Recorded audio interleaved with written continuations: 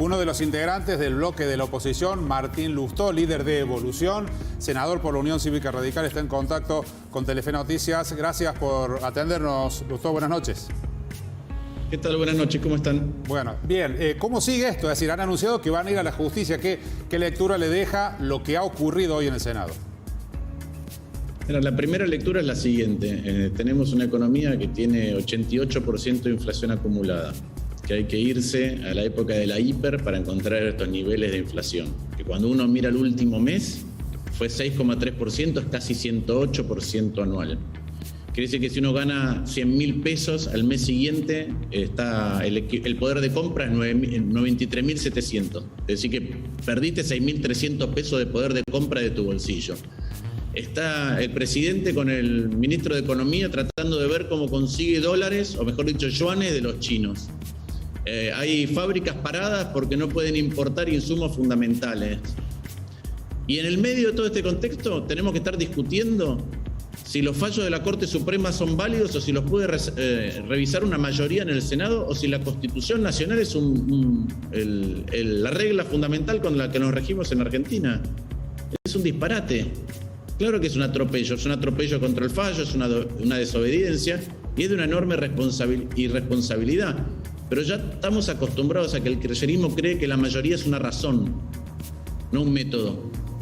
Que la mayoría da la razón para todo. En la Argentina, como en cualquier república, el control de legalidad y el control de constitucionalidad lo hace la justicia, particularmente la Corte Suprema. La Corte Suprema dijo lo que pensaba con respecto a la maniobra y a la trampa que hizo el kirchnerismo para quedarse con el lugar de la minoría en el Consejo de la Magistratura.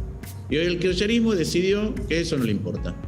Entonces, en el medio de todos los padecimientos que tenemos, se suma una discusión ridícula, que no va a prosperar ni va a ir a ningún lugar, pero solamente una maniobra dilatoria y una puesta en escena de cómo el kirchnerismo interpreta que tiene, cuando tiene una mayoría transitoria, la potestad de hacer con la vida de los demás y con las instituciones que nos rigen absolutamente lo que quieran.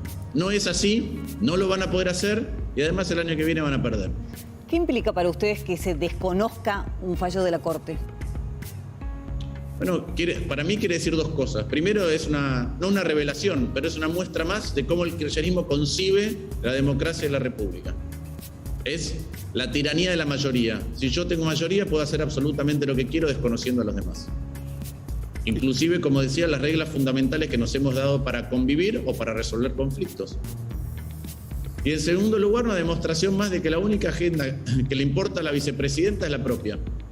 En el medio de todo esto que acabo de contar, cuando las familias no saben si pueden llegar a fin de mes o no llegan directamente a fin de mes, no saben cómo va a ser el mes siguiente, cuando no se puede producir, cuando dar trabajo es para héroes, cuando ir a trabajar y que no te alcance el sueldo es para héroes, cuando estudiar es para héroes, porque todo se te hace más difícil en la Argentina. En el medio de esto, ¿qué le preocupa a ella cuando algo le impide continuar su curso? Entonces, ¿qué quiere? No mejorar el Consejo de la Magistratura. Piensen en el Consejo de la Magistratura. Tardamos 3 años y medio en nombrar jueces en la Argentina. 3 años y medio. Tenemos un cuarto de los juzgados vacantes. Hay 37 pliegos en el Senado que no se tratan para cubrir distintos lugares en la justicia. Mientras tanto, ¿cuál es la agenda de la vicepresidenta?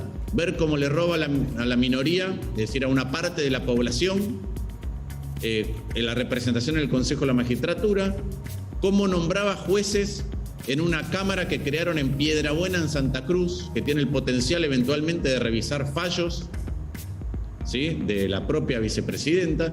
Cuando algo no le gusta, emprende contra la institución. No le gusta cómo votamos los porteños, entonces, ¿qué le pasa? Prefiere sacarle plata a la ciudad de Buenos Aires. Igual que en su momento, cuando tenía un conflicto abierto con Córdoba y una sublevación de la policía, decidió no intervenir. Igual que cuando se peleaba con el gobernador de San Luis, entonces no le pagaba los fondos. Ese es el mecanismo permanente. Bueno, eso se tiene que acabar en la Argentina y se va a acabar el año que viene. Senador Lustó, muchas gracias por este contacto con Telefe Noticias de Córdoba. Gracias a ustedes. Buenas noches.